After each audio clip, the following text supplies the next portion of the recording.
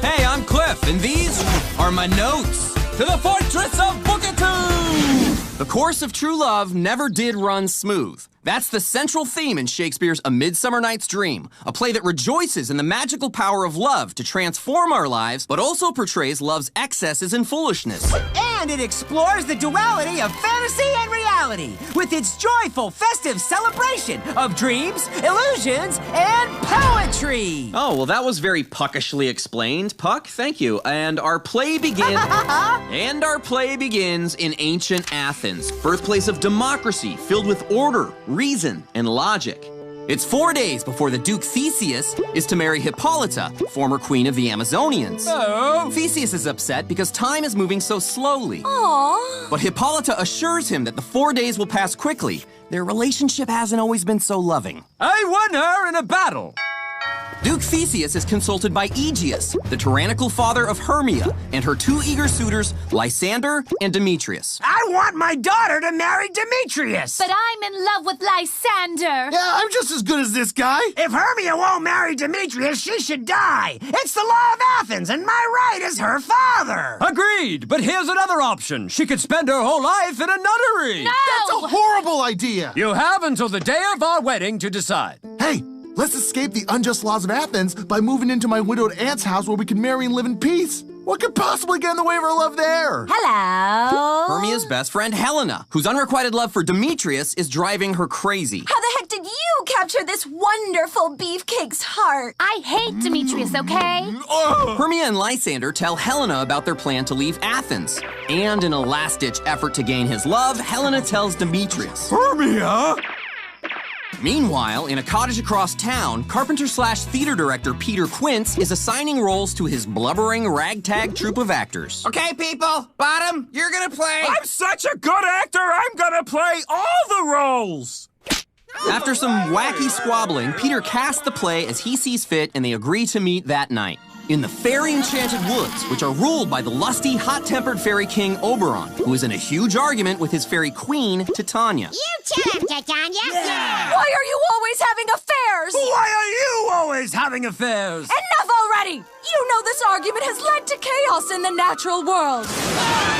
And it will end if you relinquish the Indian boy you stole from me! I didn't steal him from you. I promised his mother, who died in childbirth, I'd raise him. I love you, but I really hate you sometimes! Why Oberon wants the Indian boy to be his servant so badly? Nobody knows, but he hatches a plan to get him back with the help of his mischievous joker, Robin Goodfellow. My friends call me Puck.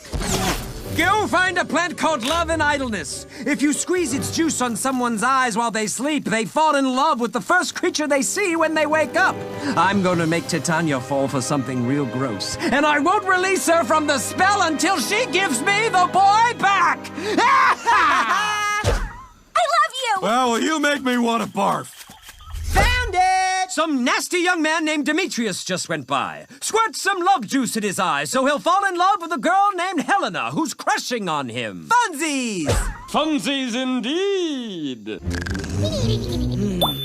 Wake when some vile thing is near! Come on, just real quick. Lay further off.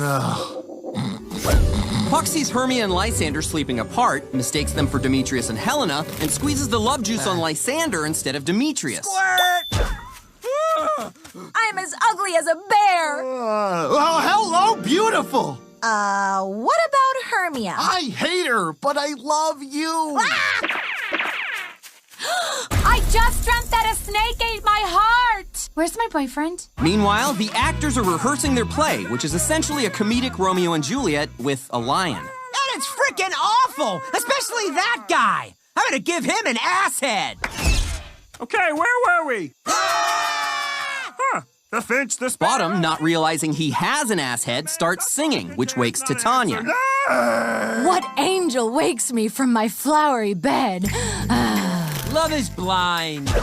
Puck explains all these events to Oberon, who is pleased with the results, until... Where's Lysander? You killed him and hid the body. No, I didn't! Why am I so sleepy? You stupid fairy! You charmed the wrong Athenian! Go get Helena and bring her here. I'll squeeze love juice in Demetrius's eye, so he'll fall in love with her. Let's try this again, people! I love you so much! Well, I love you more! Stop making fun of me! What is going on here? I don't love you anymore. I love Helena! You hussy! Kick her, Blossom! Tiny tartar! We've got to fix this before those guys kill each other!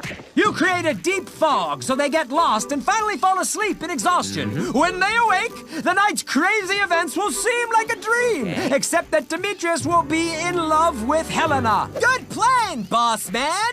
Now I must go to my wife and beg for the Indian boy! Puck spends the whole night leading the quarrelsome group on a wild goose chase through the dense fog. Where art thou? Coward! Follow my voice!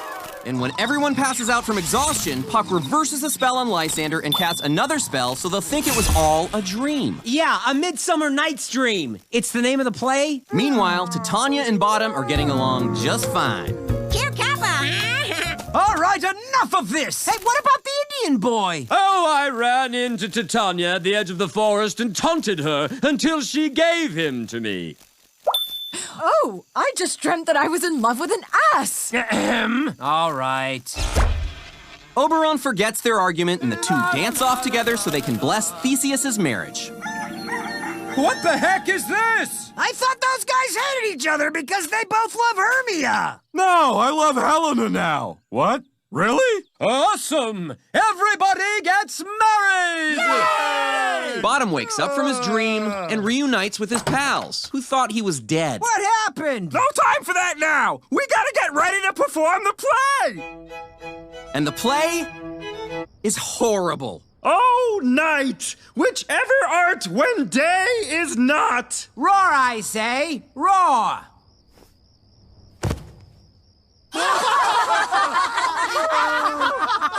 So what is love? What causes us to fall in love? How does love relate to the world of law and reason? The picture painted here is not necessarily romantic. Instead, the play shows the arbitrariness of desire, along with its depth, and the sighs and tears that often make lovers miserable. Very perceptive. Oh, I better not have an ass head. Do I? Do I have an ass head? I'm such a jerk.